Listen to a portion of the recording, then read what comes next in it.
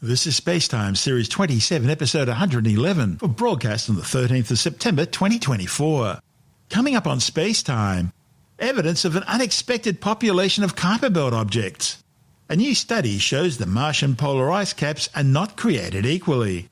And Europe's new Artemis 3 service module, which will be used for man's return to the lunar surface, is now on its way to NASA.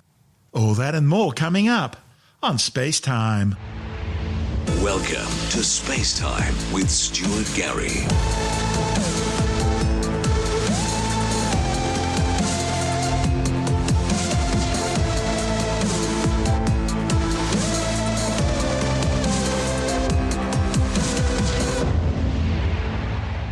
A new study has detected an unexpected population of very distant bodies in the Kuiper belt. The findings, reported in the Planetary Science Journal of the American Astronomical Society and on the pre-press physics website archive.org, are based on data collected by NASA's New Horizons Kuiper Belt search team using the 8.2-metre Subaru telescope in Hawaii. The Kuiper Belt is a distant ring of icy objects, frozen debris and comets, which circles the Sun beyond the orbit of Neptune. But these new findings mean the Kuiper belt may extend much further into deep space than formerly thought. Or alternatively, there's a second separate Kuiper belt beyond the one observationally discovered back in the 1990s. It implies that the New Horizons spacecraft, which is now some 60 times further from the Sun than the Earth, hasn't yet left the Kuiper belt as earlier thought. The study's lead author, Wes Fraser from the National Research Council of Canada, says the solar system's Kuiper belt long appeared to be very small in comparison with many other planetary systems, but these new results suggest that idea may simply have arisen due to observational bias. He says the Subaru observations searched down to fainter detection limits, finding a significant Kuiper belt mass at 70 to 90 times further from the Sun than the Earth. So, if this new result's confirmed, it means the Kuiper belt isn't all that small and unusual after all when compared to those around other stars. One possibility is that this new population of Kuiper belt objects could simply be a dynamically resonant population with Neptune, gravitationally affecting these Kuiper belt objects in just the right way to cause their orbital period to be a precise multiple of Neptune's orbital period. Alternatively, however, this new population of Kuiper belt objects may challenge some aspects of current models of the solar system's formation, suggesting that the disk of protoplanetary material from which the solar system was formed must have been much larger than previously thought. This is SpaceTime. Still to come, the Martian polar ice caps found not to have been created equally after all. And the Artemis 3 service module, which will help power humankind's return to the moon's surface, now on its way to NASA. All that and more still to come on SpaceTime.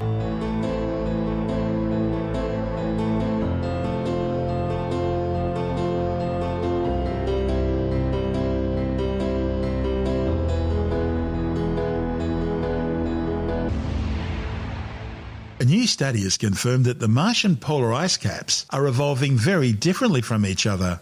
People have observed the bright Martian poles wax and wane for centuries, but it's really only been in the last 50 years that scientists discovered that they're almost comprised completely of carbon dioxide, which is cycling in and out of the Martian atmosphere to the rhythm of the red planet's seasons. But this new study in the journal Icarus shows that exactly how this happens is a far more complex interplay of processes which scientists are only now starting to gradually tease out. The findings are based on observations by the High Resolution Imaging Experiment or HiRISE instrument on NASA's Mars Reconnaissance Orbiter spacecraft. It compared how the two Martian poles differ in their seasonal uptake and release of carbon dioxide. The study's lead author, Candace Hansen from the Planetary Science Institute, says the goal of the study was to shed light on the processes which shape the planet's surface as well as Mars's overall climate, since Mars cycles about a quarter of its atmosphere throughout the Martian year. Like Earth's 23.5-degree tilt, Mars also spins on a tilted axis, about 25 degrees, and so consequently it experiences seasons.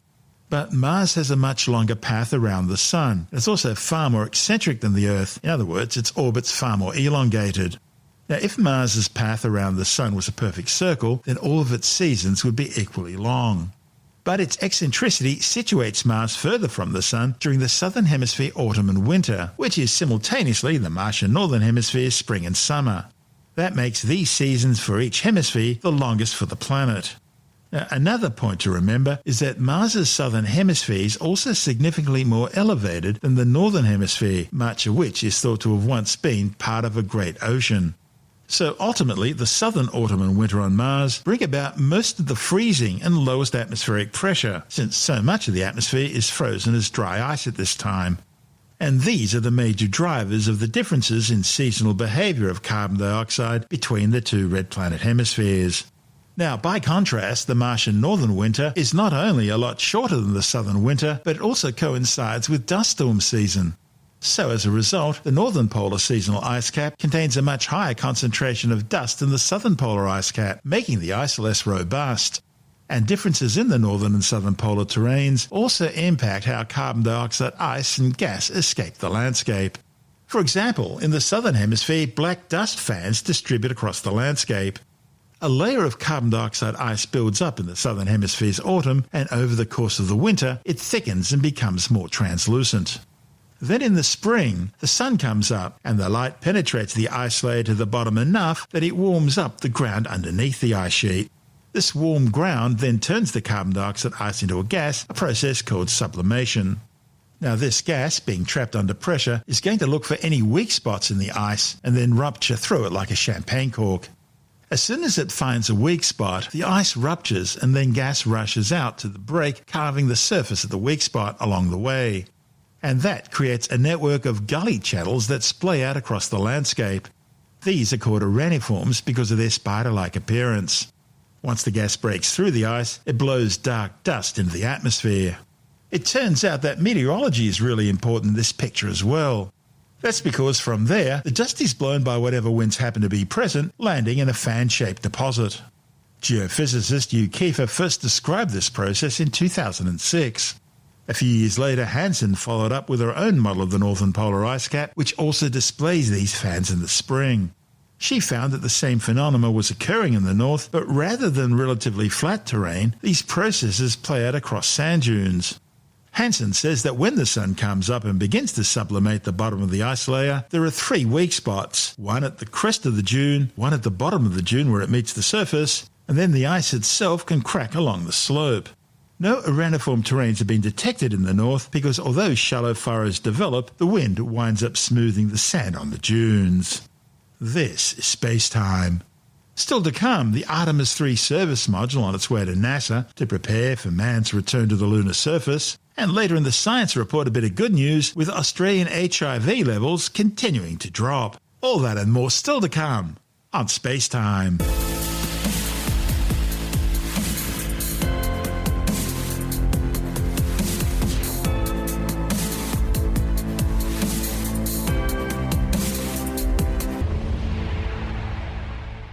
The European Space Agency's Artemis 3 service module, destined for use on the historic mission that will return humans to the lunar surface in 2026, has commenced its journey to the Kennedy Space Center. It marks a critical milestone for the third European service module, ESM-3. The module was manufactured in Italy. It was then assembled at the Airbus factory in Bremen, Germany, with components sourced from over 20 companies across more than 10 European countries. It's now making its way to the Kennedy Space Center aboard the transport ship Canopy, a journey of approximately 12 days across the North Atlantic Ocean. The European Service Module is an essential component of NASA's Orion spacecraft. It provides power, propulsion and life support systems for the astronauts during their deep space mission to the Moon and back. This marks the third such module delivered by ESA and follows the successful Artemis 1 mission and ongoing preparations for Artemis 2. That'll launch next year on the first mission to take astronauts around the Moon since the days of Apollo. The journey of ESM-3 began in Turin at the Thales Alenia Space Facility, where the module's structural backbone was constructed. This complex structure supports 11 kilometres of wiring, 33 thruster engines, 4 tanks of propellant, as well as solar arrays that can generate enough electricity to power 2 homes. Following its final assembly in Bremen, the module's main engine, one with the legacy of 9 Space Shuttle missions, was installed earlier this year. Upon arrival at the Kennedy Space Center, ESM-3 will be integrated into the crew module adapter and then the crew module itself. Extensive testing will then follow to ensure everything is in readiness for the Artemis 3 mission, which aims to land astronauts on the Moon near its south pole sometime in 2026. It'll be the first time humans have returned to the lunar surface in over 50 years. This report from ESA TV. It's one small step for man, one giant leap for mankind. For over 50 years, we've been inspired by the first humans to walk on the moon. Now the European Space Agency and NASA are working together on a modern-day version of the Apollo program.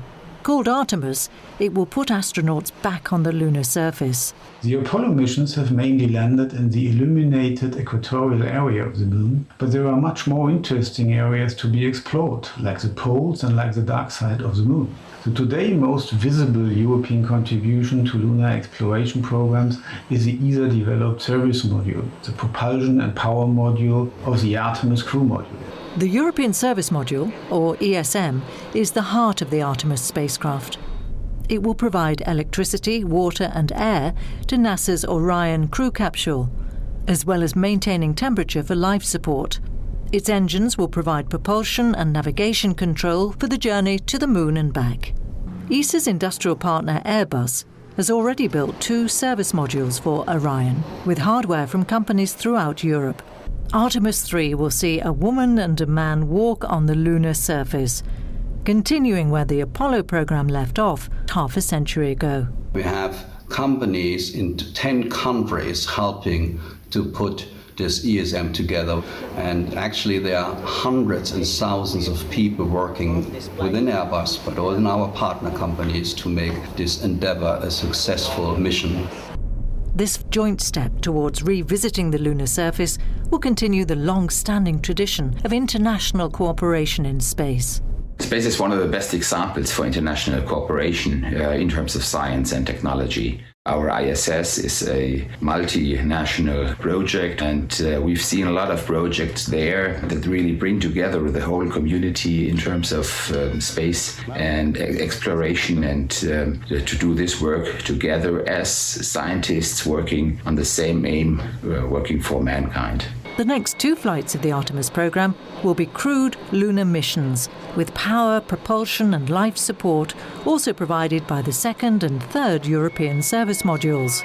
The moon is really our 8th continent, and it's there to be discovered. Astronauts, engineers and scientists are very excited to go to the moon because it's pure exploration. It's discovering terra incognita. We would go to regions that were never been explored by a human, neither robotically nor in person. And in that report from ESA TV, we heard from Nico Detman, Head of Development of Human Robotic Exploration with the European Space Agency, as well as Andreas Hammer, Head of Development and Human Robotics Exploration with Airbus, Klaus-Peter Wilsch, the Chair of the Aviation and Space Group in the German Bundestag, and ESA astronaut Alexander Gerst. This is SpaceTime.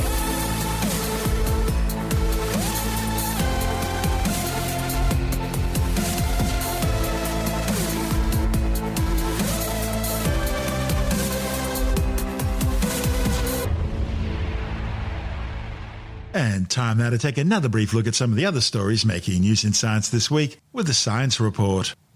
New research has detailed how the highly pathogenic avian flu virus H5N1 has spread rapidly into wildlife on South Georgia Island off the coast of mainland Antarctica, as well as the Falkland Islands further north. The findings, reported in the journal Nature Communications, claims the fragile ecosystem of the islands had been free of the virus until it was first detected there during the summer of 2022-23. Genetic assessment found the virus had spread from South America, likely through migratory birds, and infected a range of local birds such as black forest albatross, skuas, kelp gulls, and even 2 seal species. However, based on their findings, the authors say there's no clear evidence that the virus is adapting to be better at infecting mammals.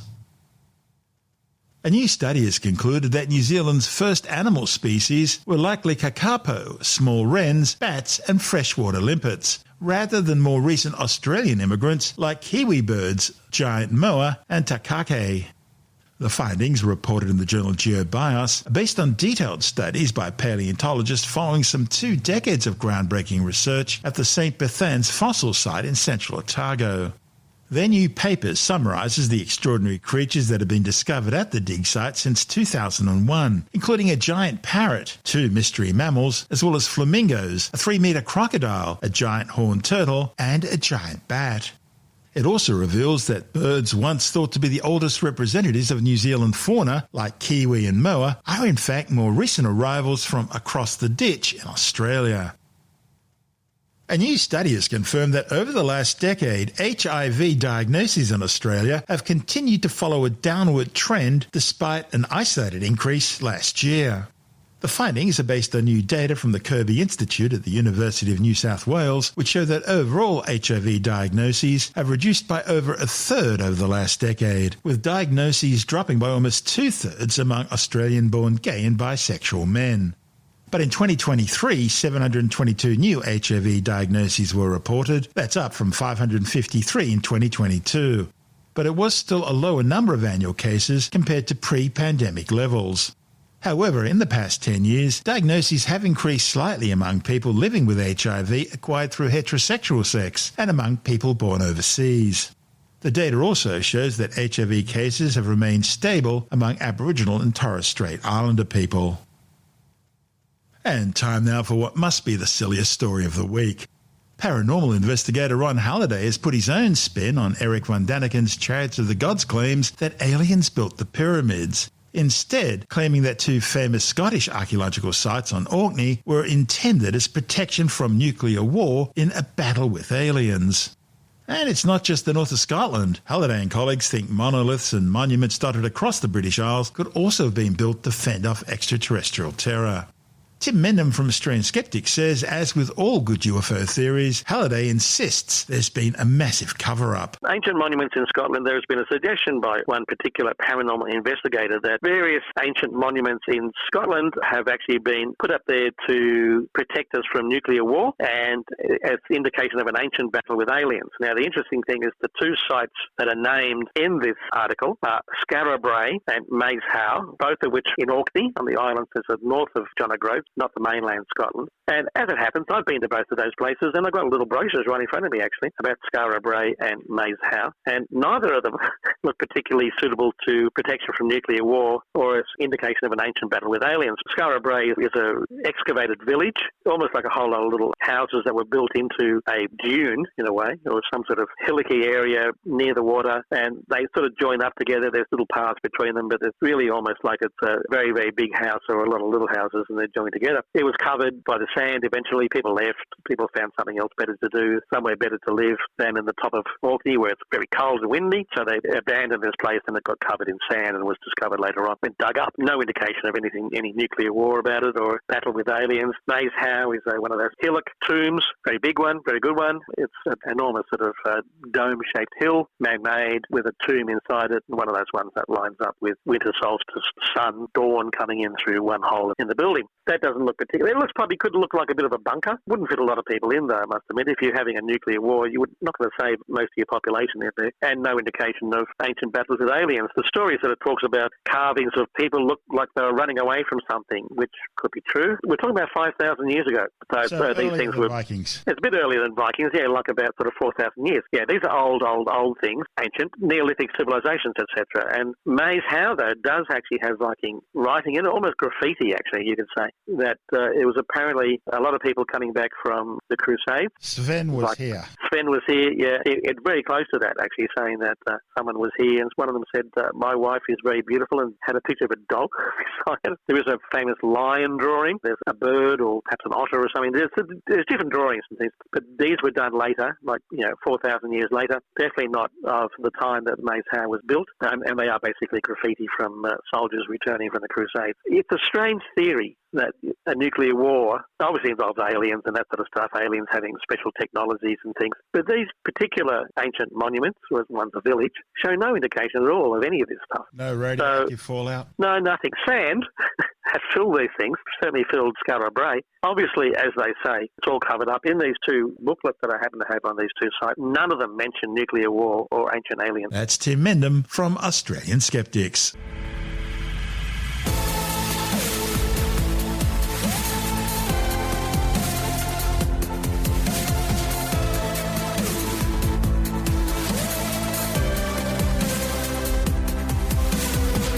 that's the show for now. SpaceTime is available every Monday, Wednesday and Friday through Apple Podcasts, iTunes, Stitcher, Google Podcast, Pocket Casts, Spotify, Acast, Amazon Music, Bytes.com, SoundCloud, YouTube, your favourite podcast download provider, and from spacetimewithstuartgary.com. SpaceTime's also broadcast through the National Science Foundation on Science Zone Radio and on both iHeartRadio and TuneIn Radio.